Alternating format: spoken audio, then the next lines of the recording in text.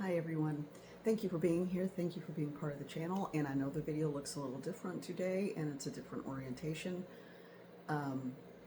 Just bear with me. Okay. So anyway, and I did not get to any of the comments yesterday.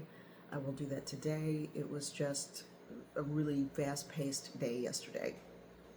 So here's your Thursday reading. So this one's going to be pretty brief, but check this out. I have a happy face mug. Doesn't get any happier than that, right? Okay. The vibe for the day, I like to start with that. So the vibe for the day, and I don't have a microphone, so you may have to turn the sound way up. I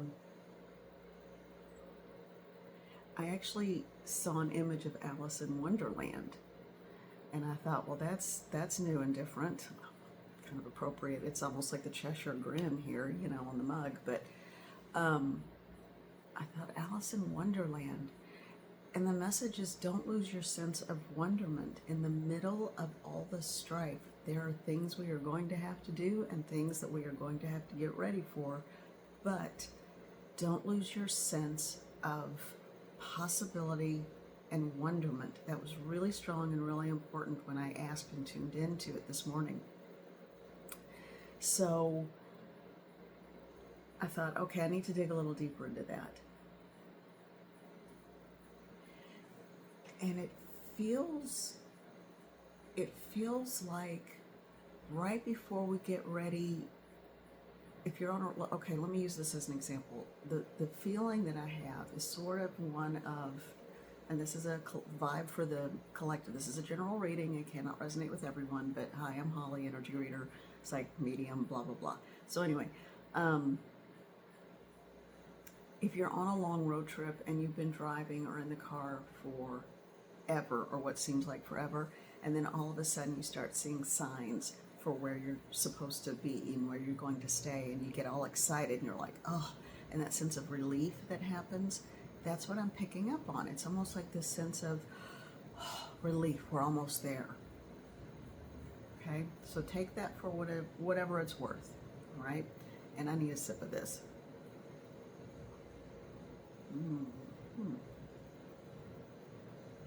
I hope you didn't hear that. I think I slurped a little.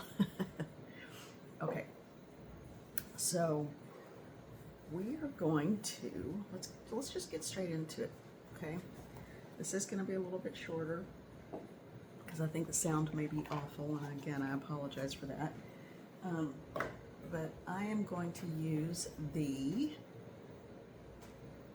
oops, here we go, Weissbill Wild Reflections Tarot, okay? So, oh my gosh, all right, so I don't need the book. I need to just remove the book. I don't really need that. Okay. All right. And that was just the romance card that comes with tarot decks a lot. That it's just a pretty extra card that has no meaning. All right, this one's turning sideways. 7 of Wands. Huh. That's what I like about this deck. They have a very different type of imagery, and without borders, which is nice. So, if you hear background noise, don't worry about it. All right, we've got a young woman, a backpacker, crossing. Someone's getting ready to put down a burden. Someone's getting ready to put down a burden. And the way it's going to be shown how. You're going to be shown how to put down that burden. Remember, this is for the collective. Okay, and those just fell on the floor all together. Let me, hold on a minute. I've got several here. Let me get these. Oh my gosh. All right. Yep. Sorry. All right. Okay, so, okay. This is a storyline. And it's not a storyline, it's a reading for whomever it applies for. But it's like looking, for me, it's like looking at a storyboard, So that's why I use that. But this is This is definitely a reading, so it's not going to apply for everyone, but it is going to apply for someone. And I feel a sense of empowerment. I feel like there is a sense of empowerment. I feel like that someone, if this isn't a young person or someone that someone in the collective knows, it is for the there's a sense of youthfulness that is coming forward from someone. So if it's an older person, it's almost like they've got a second renewed lease on life kind of thing. Or if it is a young person, they are feeling emboldened. Not empowered, as empowered, yes, but the word is emboldened. So someone is getting ready to put down a burden and find a new place, find a new sense of self, find a new place to belong. So that feels good. All right, then we have Justice. Justice, that's a pretty good card. That is a pretty empowering and emboldened card. This is someone who isn't just saying, I'm balancing scales. They're saying, here you go. Here's the scale for you. I got your scale for you. So it's someone who, and she's got, it's a very Anglo woman with a ninja sword. Okay. But she's standing at alert and she's ready.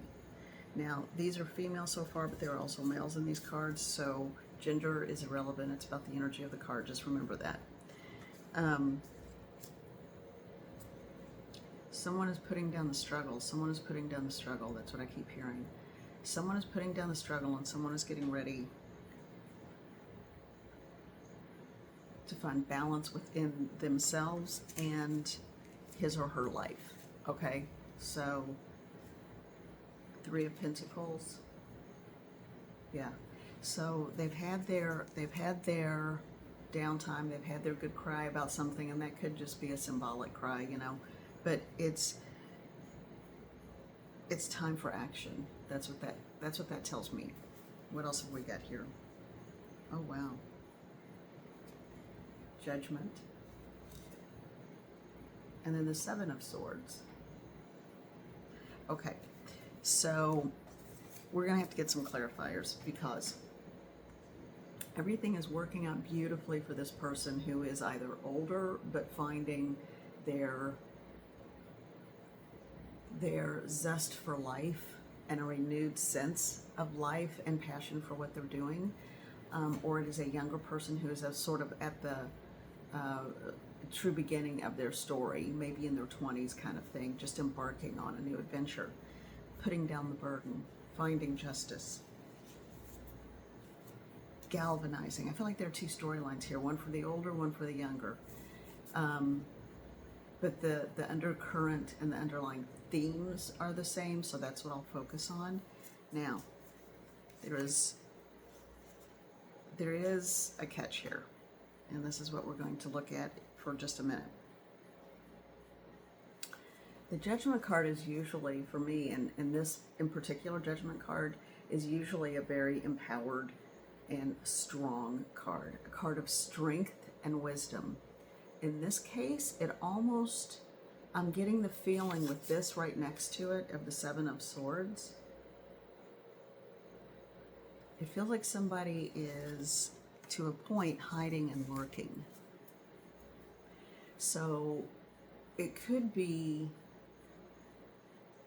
that while, whether it's an older person or a younger person, whomever it is that's starting this new adventure and ready to take the bull by the horns, so to speak, jump into life, right?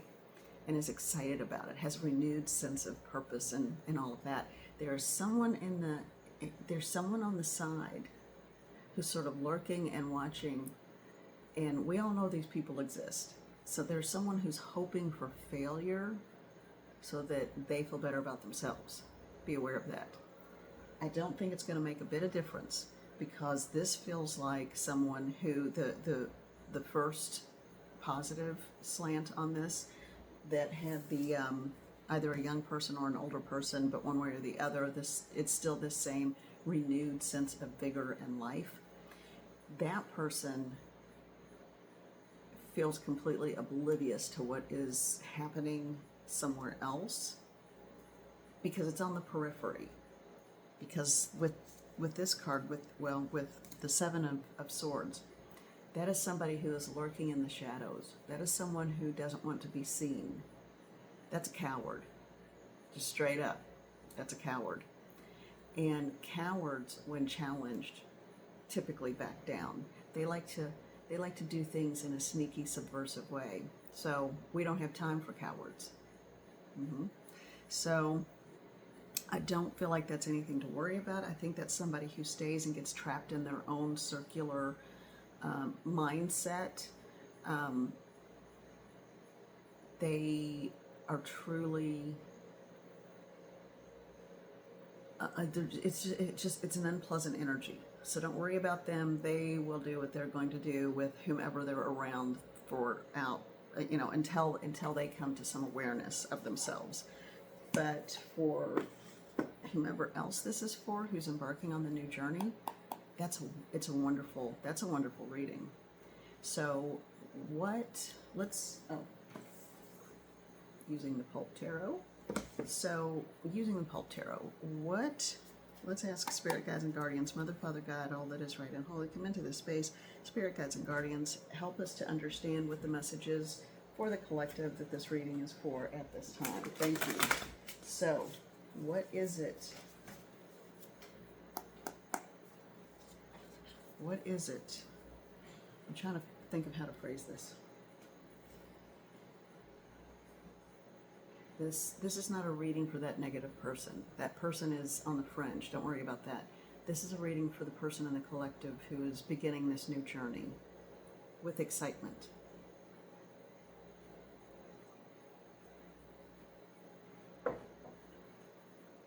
And this is a big journey. This is not a little journey, like starting a new hobby. This is a big journey. It could even involve a relocation of some kind, or a total renovation, or it could involve changing a way of life. There's something really big and massive about it. But it is good. It's a good thing. All right. So let's just focus on that individual, because I feel like the negative energy that's kind of lurking, waiting, and hiding, that will subside and move on eventually. It will get tired of its own game, okay? Because that kind of person doesn't like to, and this is exactly what I'm hearing, that kind of person or group of people, if it's a group, they don't like being around people who are happy. It takes the fun out of their dysfunction, okay? And so let's see. Let's ask Spirit, give me a message to the Pulp Tarot, please. Help me to know what the member of the collective needs to know that this reading is for. Okay, this card. I have no idea. They're still face down.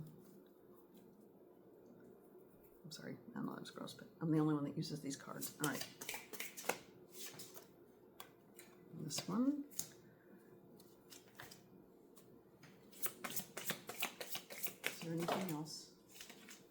Yeah. All right. Those landed face up. They're saying that's enough.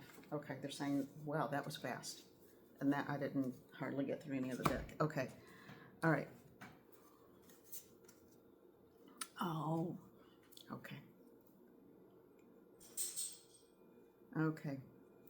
So this is for the person going through the big change. And even though it's empowering, emboldening, they are feeling emboldened, it is still scary. The moon. Even if it's not true, they feel like they don't have all the information. They feel like something is still, they're waiting for the other shoe to drop, is what I feel like in this instance. It's not that they feel like that there's missing information, but they just feel that it's that sense of anticipation of how, if things are good, when are they going to get bad? Because that seems to have been a pattern. Yeah. And the Eight of Swords. Here's the thing. Here's the truth of it. It's all in the person's head. This is someone who is gagged, bound, blinded, and in a prison but of swords. And what do I always say about that? They're not really bound. They're not really gagged. They don't really have a blindfold on. It's just like fabric draped around them that they could shake off. They're not really in a prison. They're in a circle of swords that they could pick up and take with them and use as weapons. They are the one in control. They don't think so because they have become a prisoner of their own mind, much like that negative person who's in the shadows, hoping for failure. Okay? So the moon is not that anything is being kept secret. The only thing that is being not kept secret, but that is lurking in the mind, and maybe that wasn't even a person, but a personal insecurity. I kind of feel like it, depending on who this is for, because again, this is a general reading, and that could encompass a lot of territory. But that could be a literal person waiting and hoping someone fails, or it could be one's own insecurities. And with this card next to the moon, that tells me someone is so deep in their head with worry about, again, waiting for that other shoe to drop, that it's almost paralyzing. But they have this wonderful new adventure ahead of them if they simply put down the burden and put one foot in front of the other. What is that? I know it's a phrase with a journey of 1,000 steps, or a journey of 1,000 miles begins with one step. You all know what I'm talking about. I never remember those things exactly. But anyway, it's something like that. And I had my first grade teacher. I just loved that woman so much. We took a field trip to a local zoo, and we were we were like, between 5 and 6, because that's when some of us were 5 in first grade. And, and I'm so short. When I was 5, I think I was like 3 feet tall, So anytime we had to walk, it was a big deal because it was a long distance, and we had to walk really far to get to the school bus, or it seemed like it. And she made us take a few steps and stop. And she said, "Okay, everyone," because we were all kind of like whiny. And she said, "All right, everyone, stop. Now turn around." And we'd only walked like 2 or 3 steps. And she said, "Yes, but you're 2 or 3 steps further along. All right, let's keep going." And then we turned around and we kept walking. And then about 5 or 6 steps down the road, she said, "Okay, everyone stop and turn around." And even though it wasn't much, we were a little further down the road.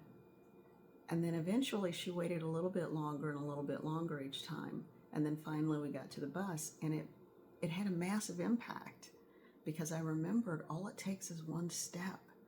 All it takes is beginning. And every step you take after that, you do eventually get to your goal. So anyway, that was a long time ago. All right. So then we move into, so we've got a person who is fearful of change, even though they're excited about it and ready for it. But then the fear, it's not that they feel like they're a prisoner in their own mind with their fears any longer, but then we have this card, the Two of Swords. And that is someone who is afraid to make a decision. They know they need to make a decision. They're out of that circle of prison of swords, but yet they're still not quite at the point where they're ready to make a decision, because they're just afraid of letting their guard down. And then, of course, the last one, and when Spirit said, "Stop, you don't need any more. This is it. This is why." The Strength card.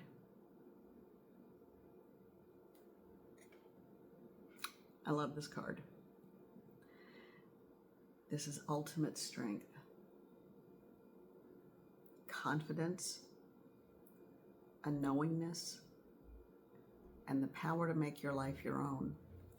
That is when that person truly steps into who they are and their own power. And whether that person lurking was just their own subconscious, or someone literally from the past who refuses to deal with themselves, so they focus on everyone else and hoping they fail, regardless of which scenario that fits, it doesn't matter. Because one, you can't save everyone, and you shouldn't be expected to. Everyone has to do their own work. And two, indulge in that sense of wonderment. Allow yourself the luxury of having an adventure. Oh, now I'm thinking of Winston Churchill. Boy, what is going on with me today? I'm pretty sure this was a Churchill quote. There's nothing to fear but fear itself. Or was that, no, I think that was Churchill. I'm not a historian. Anyway, so yeah. When we let our head and our fear trap us, or we get trapped in our head because of fear, that's when we lose every opportunity in front of us. I'm hearing take control of your life, and that means if you try something and you fail, okay, at least you tried. And it may show you something about yourself and point you in a new direction of what you really do want to do. All right, everyone, I hope you can hear this. I'm going to finish my coffee. Probably have a little more. It's the first one of the morning. And so, yeah, I'll be back with your Friday reading. So take care, be well, and we come into this incarnation with this one lifetime. So now I do think we come back, but we don't remember this one. So you got to make it what you want to make it. Learn all those lessons now, and have fun while you're at it. There's nothing to say that life has to be hard all the time. Be well and take care. We'll talk later.